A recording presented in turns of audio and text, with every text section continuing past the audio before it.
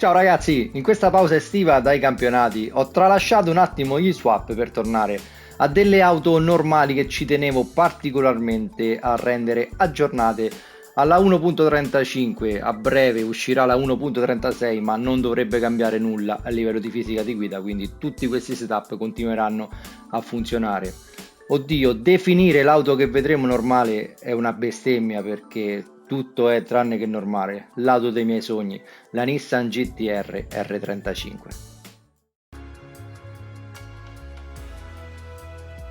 Ho ripreso questo mostro, questo gioiello tecnologico e sono tornato a Tokyo.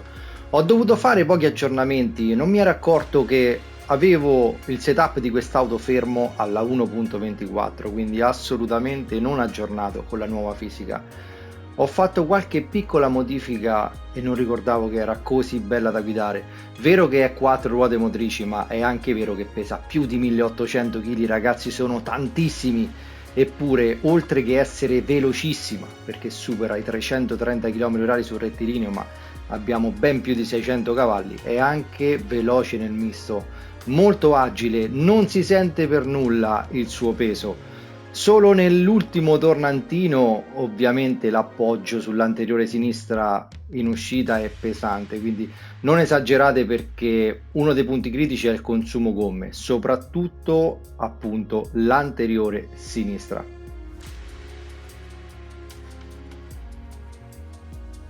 L'altra cosa a cui stare attenti, ma lo sappiamo benissimo perché questo motore ve l'ho portato su tantissime autovetture, è il consumo.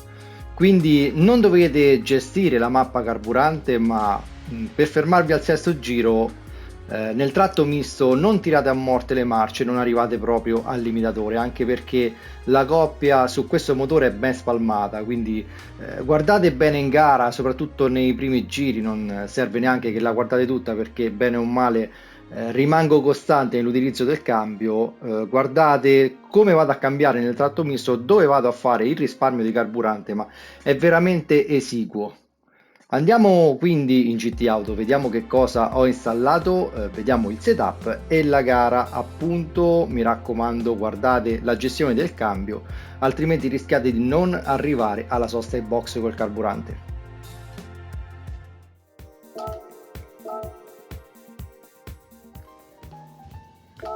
Sostituite i cerchi in lega col modello che più vi piace. Dimensioni 22 pollici, larghezza del cerchione standard e centricità standard. Avantreno tipo B, fianchi tipo B, retrotreno tipo A. Alettone personalizzato alto, le piastre terminali 17 se volete scaricare e installare questa livrea dedicata alla Cockpit Tech Solution, un'azienda tutta italiana che produce postazioni di guida e sedili, entrambi anche personalizzati e su misura. Tutti i miei iscritti hanno diritto ad uno sconto del 20%, richiedetelo sempre su questa mail anche se volete adesivi o livree personalizzate. Tutti i miei lavori, anche questa livrea, li trovate col tag DR46. Gomme sport dure, ma potete stare tranquillissimi perché basta che guardate il primo giro come mi infilo tra le auto ben più leggere e con gomme sport morbide per capire quanto grip ha quest'auto e come non sembra assolutamente di avere gomme dure sotto.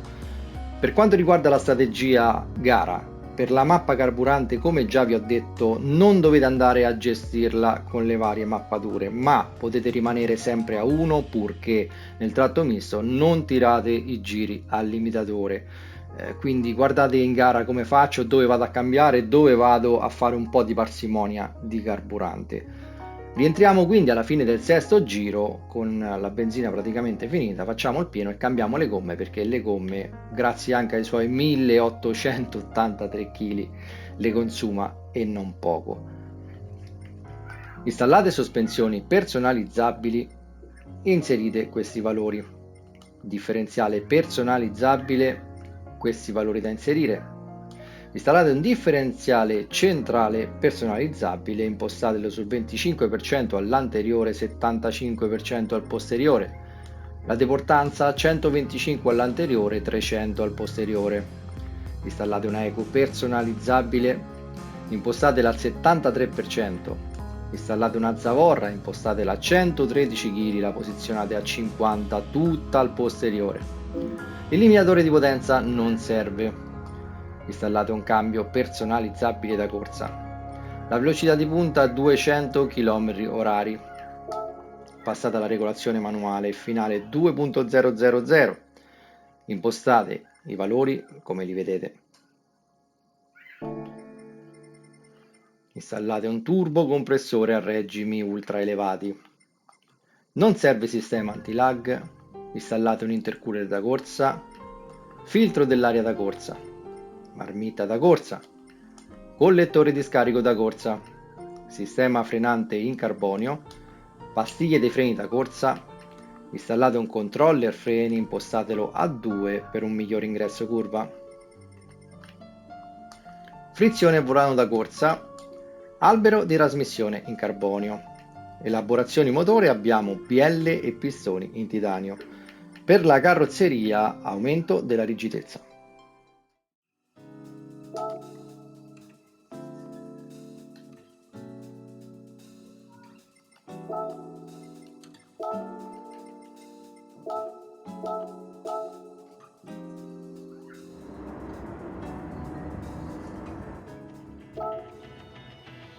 Se conoscete il mio canale, i miei setup per Tokyo, sapete benissimo come la penso sugli aiuti sulle 4 ruote motrici, ovvero nessuno, soprattutto su questa. È un orologio svizzero nonostante il suo peso massimo, ovviamente l'ABS è impostato su predefinito.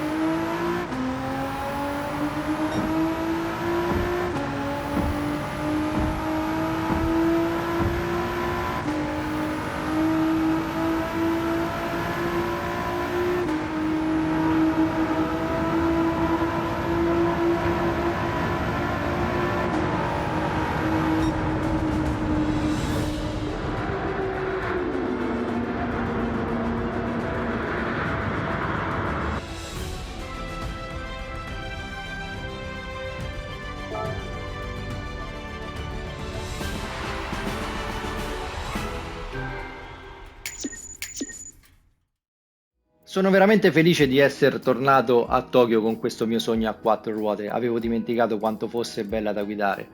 Ma ormai le auto che vi ho portato, anche grazie alle vostre continue richieste e segnalazioni, sono veramente tante. Ormai ho perso il conto e sono tutte belle da guidare, tutte emozionanti e che tengono vivo questo gioco che se non fanno qualche aggiornamento, soprattutto per la sezione offline, sta arrivando un po' ad essere quasi noioso.